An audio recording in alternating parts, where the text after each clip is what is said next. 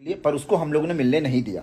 उसका नाम है गौतम सिंह राजपूत मगहिया जवान। अरे कौन है ये लोग यार, कहाँ से आते हैं ऐसे लोग? भाई साहब इसने कसम खा रखा है कि पवन सिंह का नैया डुबा के मानेंगे। जब तक तोड़ेंगे नहीं तब तक छोड़ेंगे नहीं। भाई पवन सिंह जब से निर्दलीय चुनाव लड़ने का फैसला लिए हैं तब से पवन सिंह दिन रात एक करती है लोगों से मिलने के लिए, लोगों के साथ जुड़ने के लिए। लेकिन ये बकलोल इंसान आके पवन सिंह का छवि बिगाड़ने में लगा हुआ है, पवन सिंह का काम खराब करने में लगा हुआ है। जी हाँ, एक तरफ पवन सिंह लोगों को बुला के उससे मिल रहे हैं, उसके साथ बातें कर रहे हैं, और दूसरी तरफ ये लोगों को भगा रहे हैं, लोगों को गाली दे रहे हैं। मेरी बात सुन, तेरी खुद की तो कोई सेल्फ रिस्पेक्ट है नहीं, क्योंकि तुझे कल 5 बार भगाया गया है। मैं भगवाया हूं कितनी बार, तो उसके बाद भी तू बार बार आ रहा था, बार बार आ रहा था। अरे यार, खेसारी लाल यादव ने तो अपने टीम को अपडेट कर लिया। अगर पवन सिंह भी अपने टीम को अपडेट नहीं करेंगे तो भाई भोजपुरी में तो ये लोग छिया लेदर करके ही रखे हैं और चुनाव भी हरवा देंगे पवन सिंह को। पवन सिंह के इर्द गिर्द रहने वाले चिरकुट टाइप के लोग पवन सिंह को इलेक्शन हराने जा रहे हैं। भाई मामला ये हुआ है कि मगहिया जवान, आप सबको पता होगा, मगहिया जवान एक भोजपुरी में